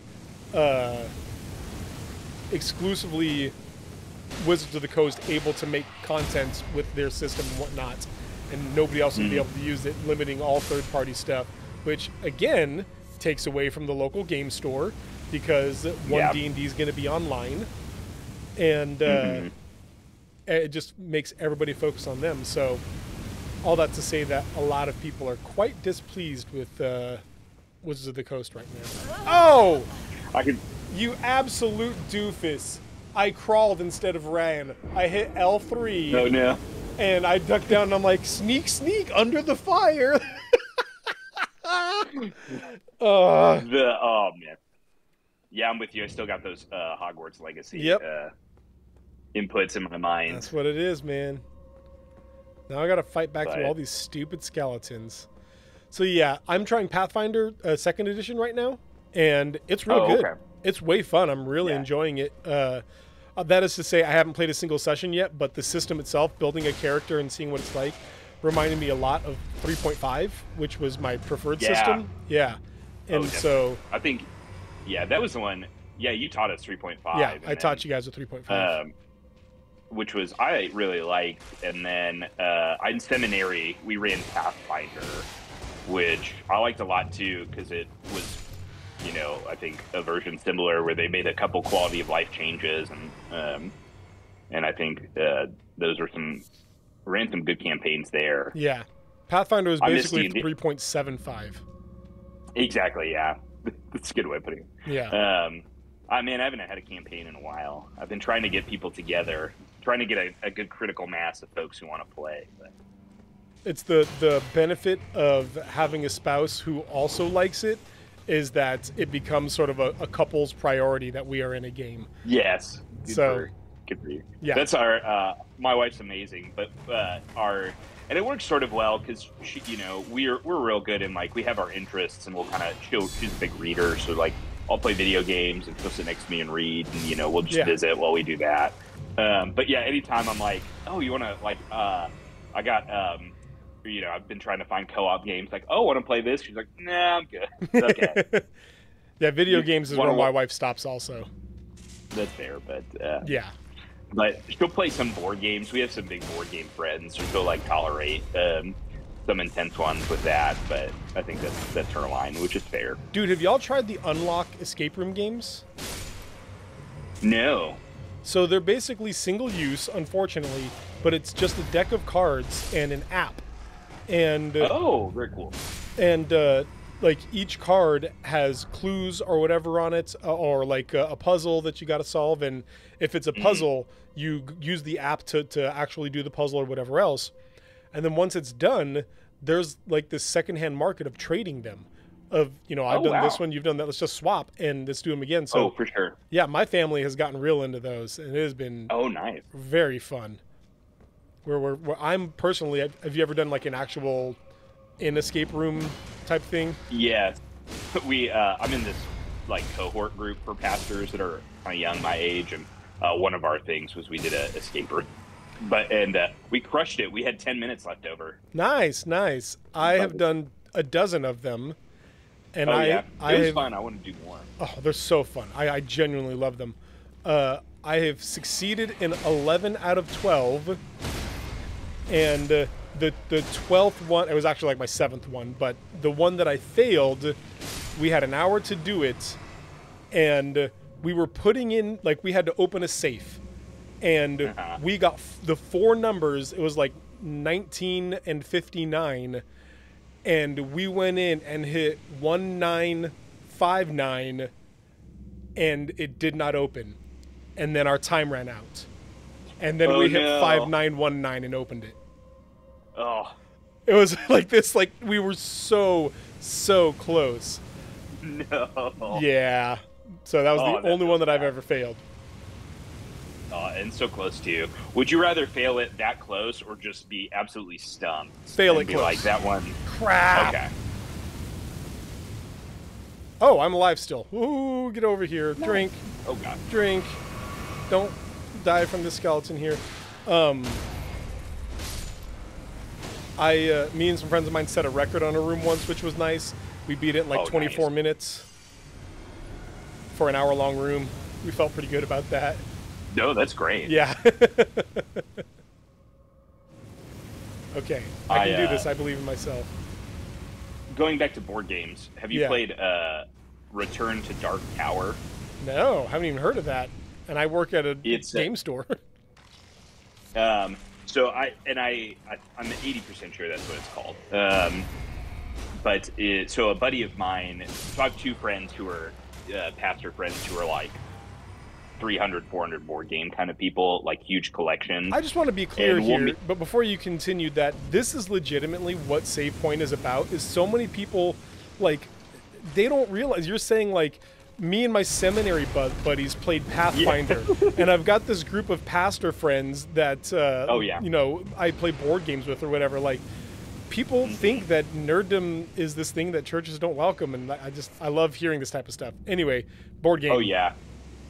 No, for sure. I'm sorry, my dog's like right up on me. That's awesome. Do you want to play? Do you want to play, Bella? So it's so yeah, we play like we're playing tomorrow actually, but we play like once a month ish. We'll get together and either hang out or play board games a lot of times. And so we're looking for a game, and I was like, oh, do you have anything that's like co-op? Because we had played like Scythe and some of those other really intense like strategy games. I was like, what's co-op? And it's like when you say app-based, it made me think of that because it's like this app-based sort of story game where they have like 12 or 15 sort of stories that you choose from, and it's sort of you customize things at the beginning to make change the challenge level. And there's this big tower in the middle, and your map is divvied up, and then it sort of plays a little D&D-esque where, in a basic way, you move your character, you get a certain amount of actions, but you have to sort of strategically work with the other people in the group where it's like, okay, the tower will shoot out skulls at random times that add corruption, and you have to sort of manage that system. You can't let certain areas get too many skulls, but you also have to kill the monsters too, because they get more powerful the longer you lead them on the board. And then you have a objective you have to get to the big bad boss, and then you need to collect certain things to do the dungeon crawling elements. So there are just so many elements to the game, and you're strategically working with other people. And then since it's through an app, you never know when certain things are going to happen. So it adds that anxious element, oh, is this the turn that everything's going to get tougher, or this big event is going to happen, or the big bad boss, or the mini boss will move and attack someone. And so it's it's one of the funnest co-op games I've played. A lot of times some of the co-op games have been okay, but this one has become one of my favorites. So it's a good it's a good one if you need a good, and you can knock it out in 3 hours kind of thing. So it's not you're not in for a long session either. In 2-3 hours, I would even consider a long session for us because we play family games, and so no. You're right. Sorry, it's long for family games. I'm thinking in D&D time. D&D time, or Twilight Imperium time. Oh, geez, nothing is Twilight Imperium time but Twilight Imperium. It's true. But as far as co-op games go, we got into the Forbidden games. Have you played Forbidden Island, Forbidden Desert, those types of games?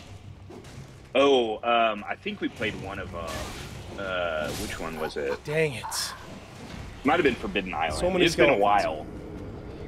I love these games. There are cooperative games in which the board is shifting or moving, or things are sinking, and you have to work together to collect mystic items that will help you escape this island. And it was those are super fun games. I highly recommend the Forbidden games. Okay, I'm running for it. I'm just gonna run, grab my runes, and run back to the boss. And do it. Forget you, skeletons. You're all the worst. Your mother never loved you.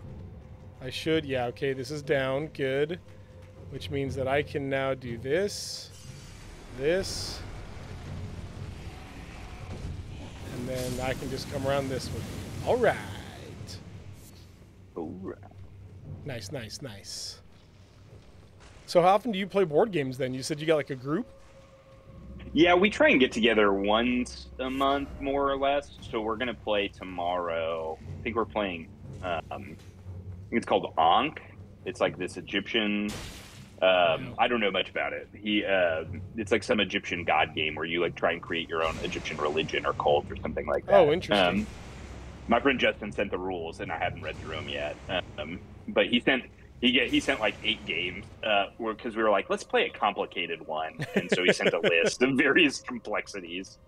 And so we're kind of like, oh, this one sounds neat. And that, but yeah, we'll try and get together maybe once a month or so and play games. And again, like anything, it's a good excuse to hang out and just catch up and have something, to do. But like you say, playing the game is fun, but spending time with folks too is I think the really enjoyable part. Absolutely, yeah. It's winning community, the game itself. Nice. In that order. Nice.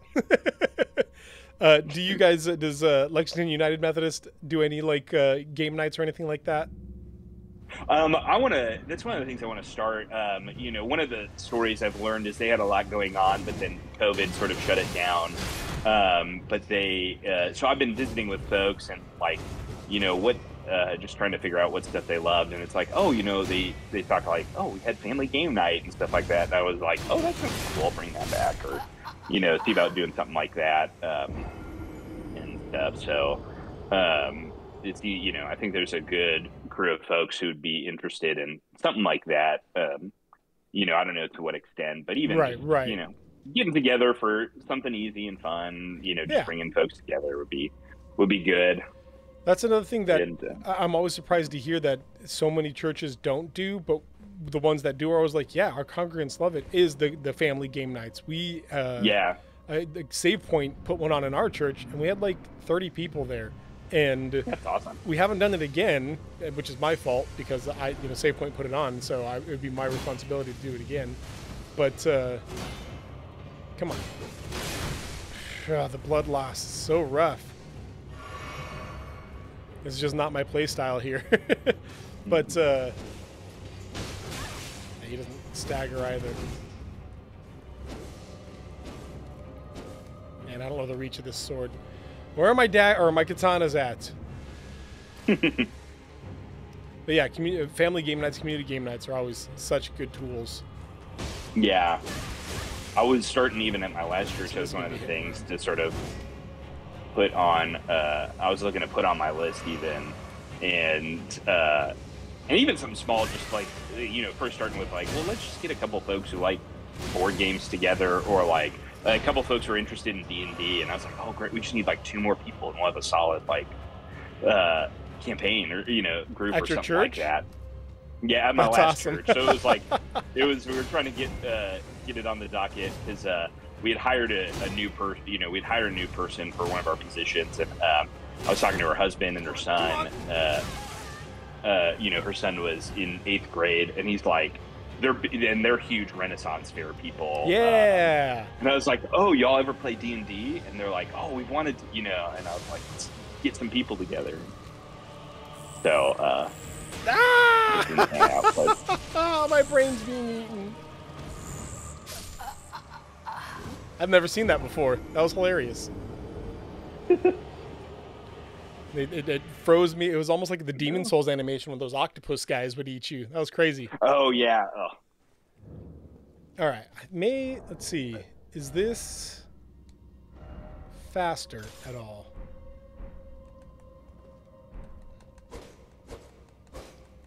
It is faster. I may do this rather than the stronger one because I'm way more used to a speedier dex-based build. Oh, maybe it's not faster. No, it's not. All right. Guess we're just gonna have to go through it and make this happen. I believe in me. What you been watching recently? You watching Last of Us or anything? Have I what? Oh yeah, so Last of Us. I still have to watch the most recent episode, number 5. But I've caught the first 4, and that's been incredible. Yes. Are you watching it? Yes, dude, so good. I have been shocked, pleasantly surprised as to how, because a lot of those video game adaptation things has always been like, I don't know, but I think if there was any story that was really going to succeed, Last of Us seemed really absolutely plausible for it, and they've done a excellent job. So that Chainsaw Man, the anime, is the one I've been watching. Oh, nice! I've heard about it. I haven't watched it at all. It's one of my best friends from seminary actually. We're like. We do a lot of animes together that we'll both watch and talk about. So that was one. He's got to watch it, and the animation is pretty crazy, and it's sort of a weird story, but it's okay. Is it about a man who is made of chainsaws? So basically, it's a human demon world, and this is episode 1, so I don't think it's much of a spoiler or anything. But like, he gets attacked by. He has a pet dog with a chainsaw on its head, which is a demon, and basically like he gets attacked by some monsters trying to predict and dies, and the demon pup is like, hey, I will give you my heart in exchange of like if you do this simple mission of just like living a happy life. And he's like, okay. And so that gives him the power to like, he gets a cord on his chest and he can pull it, and then he gets chainsaw hands and a chainsaw on his head. And he so he literally is. And then, I was joking. Dang. No, it's quite literally. He's Chainsaw Man, and it's like ridiculous, but also like some of the action fights are like, this is great. This is actually really cool. Man, he's like anime be wild. Fighting this.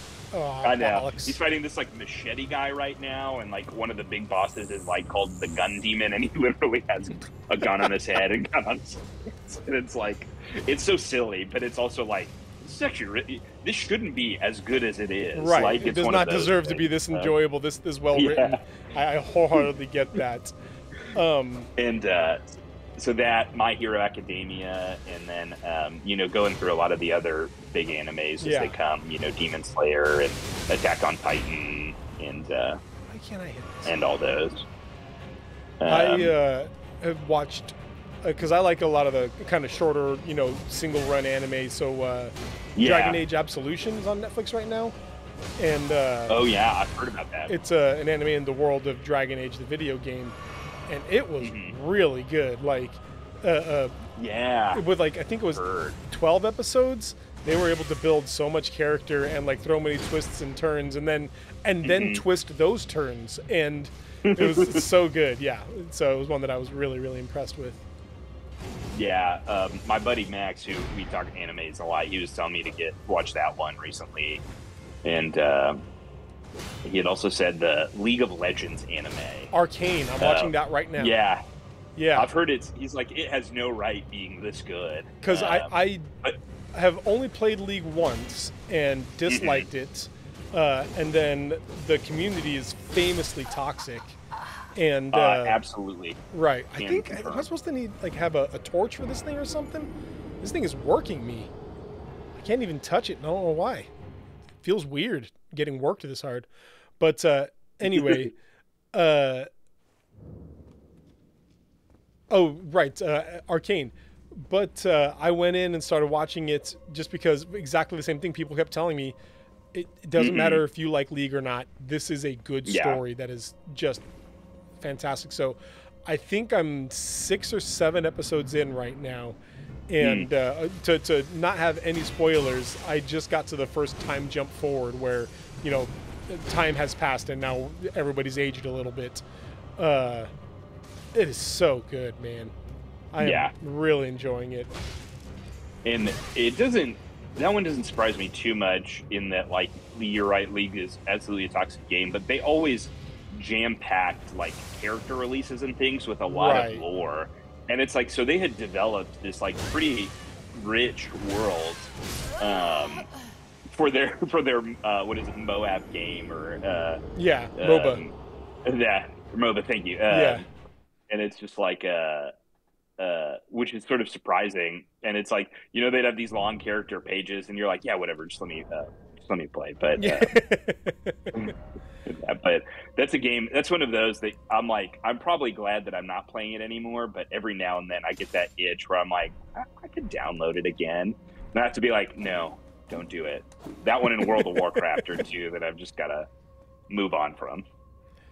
Man, how do I? Do you remember how to two-hand things? It used to be triangle in one of the other games, right? But it's not anymore. It's something complicated, like holding both L1 and R1 and doing a backflip and then answering the riddle of the Sphinx or something like that. I can't remember, but it doesn't matter. I'm gonna go in. It's I don't remember. You're right. I don't remember. I was gonna try two-handing this mason, just trying to do like one hit and then dodge, one hit and then dodge, but. Who in Elden Ring gave you the most trouble? That's a good question. I'm the type of guy who wants to be over-leveled when I go into an area, so it's not, dang it. It's not uncommon for me to just kind of work bosses because I'm over-leveled, not because I'm good. Yeah. Obviously, Millennia is a big one. But again, I had a blood build by that point, and so blood build is like the secret on her. Mm-hmm. That one was rough. Still, jerk. This guy, the Cemetery Shade, is clearly the final boss. This is the worst. The secretly hardest boss in Elden. Right. Dang it. I just don't have the endurance to hold my shield up the whole time either. The final two bosses definitely were tough, just having to do them back to back. Oh, yeah. On the Elden Beast or whatever. Right, Radigan and the Elden Beast. That one. So I guess one of the things on Sorcerer is like, for Radagon, there is a way where you can just basically run up to him and then like do your Kamehameha thing with like infinite mana, and it'll basically like one-shot him right into the second phase. So I 100% did that every time. Did you really?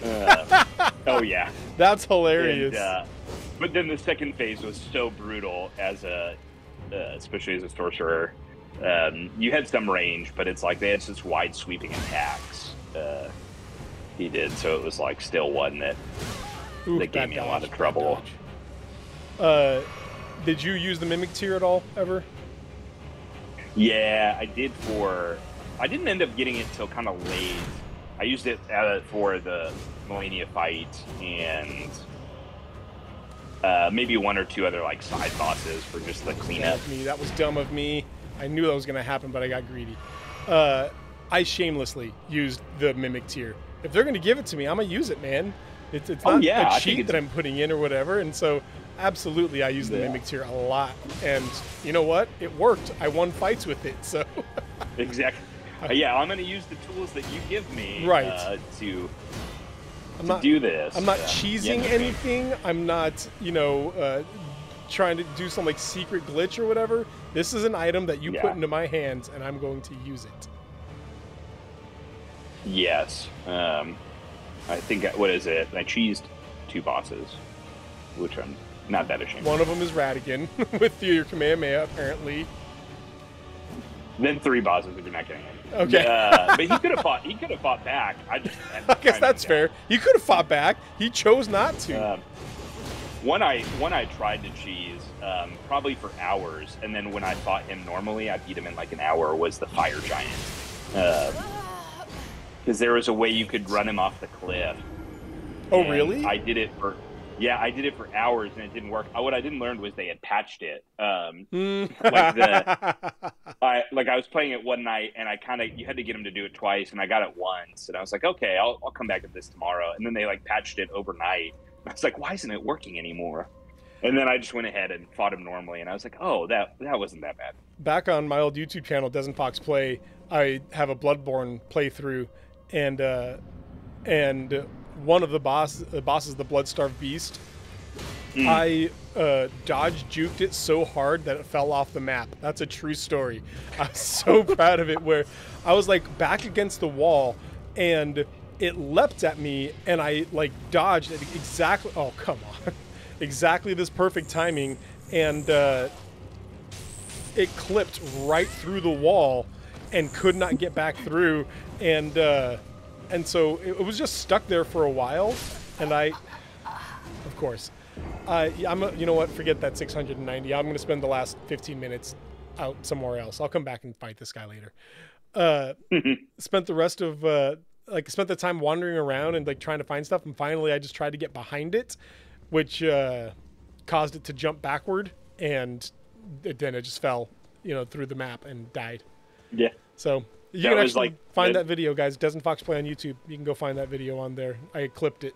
It's funny. That's awesome. Yeah. These are the two games that I'm good at, is Bloodborne and Elden Ring. I say I'm good at it as that boss is just working me over and over again. I never made it past the first boss in Bloodborne. That guy frustrated me so much. The cleric, the beast cleric or whatever. Yeah, it's a hard one. Ugh. That's what makes this one so good, though, is the fact that you can bounce off bosses and just go somewhere else. Like you're not stuck with Bloodborne. Yeah, you're stuck there with the cleric, and you gotta keep running your head into it until you beat him. Yeah, and sort of even knowing I had the option to dip out, I mean, I still fought bosses like 40, 50 times. Right. But just having that knowledge of like, I could go level up some more if I needed, like, was helpful to continuing to try, I think. Yeah, whereas Bloodborne, I felt just stuck at some of that. Yeah. That's fair. Again, that's why to me, this is the most accessible From Souls game by far. Yeah. I did the over-leveling thing, too. I was so nervous about, who's it, Margit, the first boss. And so I, was sure to, level, be prepared, even track down some items that are like, this is a good, this is a good set of armor to have. This is a good, spell. And I think I killed him in, 3 hits. Or something ridiculous. It's like, I was like, I way over-leveled for that. I love it. See, I want to play that way, where you suddenly realize, oh wow, this was too much, huh? I way over leveled here. All right, let's fight a boss that I hope I can beat.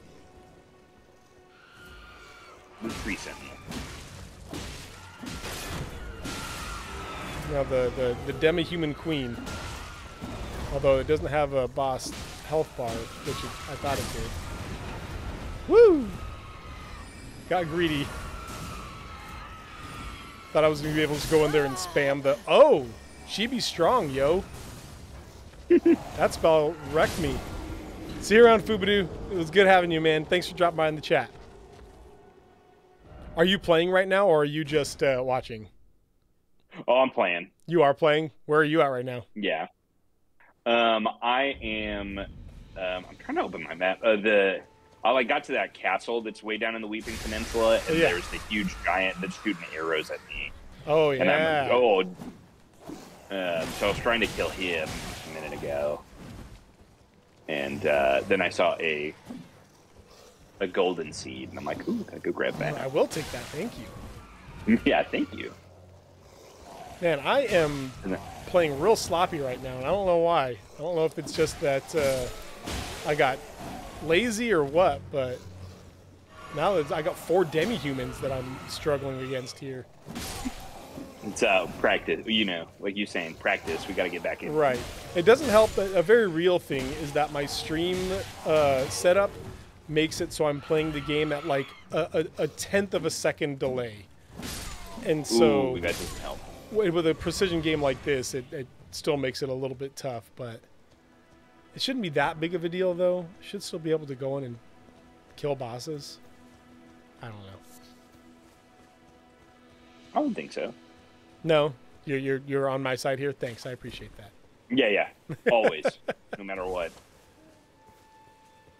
Okay, where did the place go? I want to go fight the demi-human queen again. Just want to see if I can take out her little sidelings now. Right, these guys just appear out of nowhere. I always forget that. Come on. There it is. There it is. Get wrecked, mate. Who else? Who else wants some? Now that I'm feeling good again, confident. Like I know what I'm doing. I'm back. I'm back, baby. All right. I'm going to go fight the demi-human queen. Once a baseball season comes in, could we do like a pitch breakdown or something? Yeah, I'd be 100%. Instead of playing game. How the Cubbies looking? Other form of nerdiness. Like the Cubs? Like always. Yeah. Not like the 2016 Cubs, the only good one. Oh gosh. I just got eaten by the tree sentinel. It's one of those things where, they were pretty bad last season, but they made some like good moves to really bolster their farm system. And they've got a really strong core that's young. So this year if they all develop well, next season could look a bit better. Mm-hmm. And this season is definitely just like, we'll see what happens. They signed Cody Bellinger, and I doubt in the slightest he returns to MVP form. Right. But no way. He's made sort of slight strides, so, he could be an okay player. They've got a couple other they signed a lot of the sort of second-tier options, which I think is like, okay, who's going to be our longer-term depth, like that we can put a young core around. But they did address all our weakest areas, and the Cubs had a really hot second half. So if they can just keep building on that momentum, and their pitching took some strides, so if that can continue, they could be a sneaky decent team. I think like the ceiling for them is like a sneaky wild card team, but probably more likely will be middle of the road, looking to strengthen for next year kind season, of thing. 2024. Yeah, but your Rangers made a pretty big free agent acquisition. Yes, they did, man. Jacob deGrom.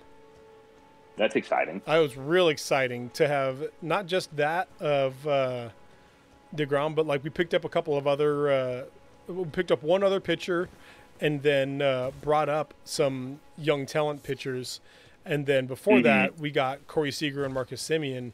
And yeah, I think we have potential this year. I don't think we're going to win the division. I don't think that we're going to win the World Series or anything. But I would not be surprised if we end up, making a wild card and surprising some people.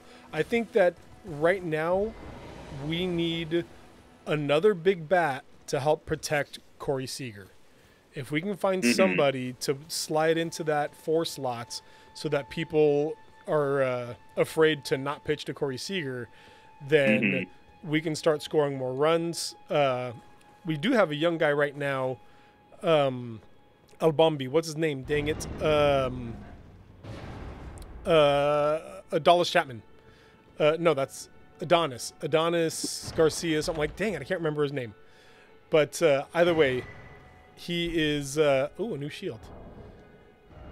He's a solid bat, but he needs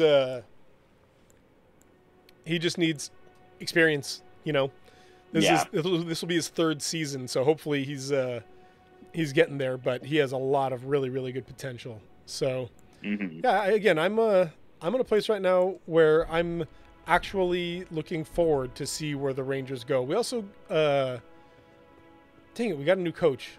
Who's our new coach? Hey, hang on, let me Google that real quick.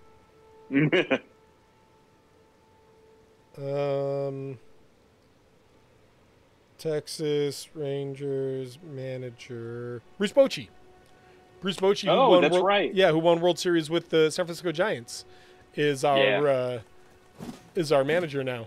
And so, we got a World Series caliber manager and a team of young talent with some potential. So yeah, I'm looking forward to this season. I think we can do well as long as we play our cards right and as long as we stay healthy, which is something the Rangers have always struggled with.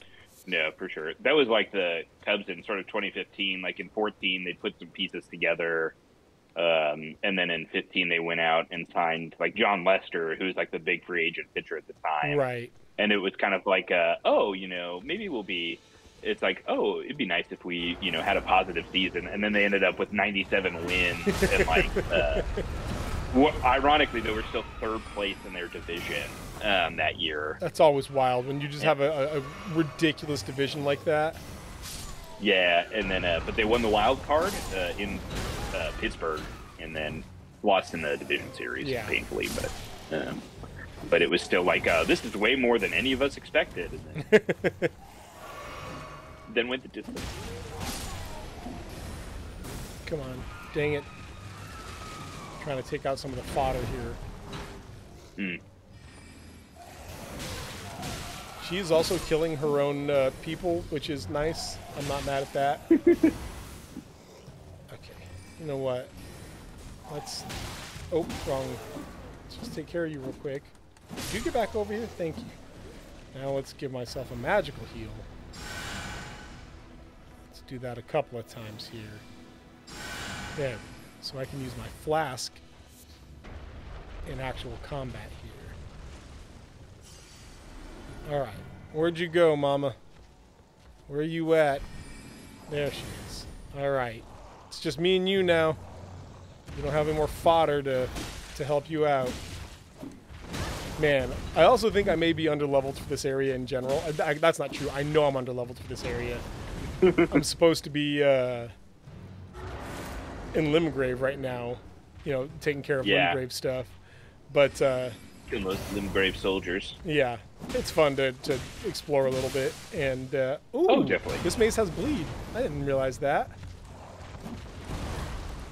I mean, we could have just gone right to Kaldash or something. Right. On that portal or whatever. Kaled, you mean? Or Kaled, thank you. Yeah, yeah. Kaladesh is magic. Yeah, thank you. I'm getting my... Your fictional IPs confused here. So close, come on.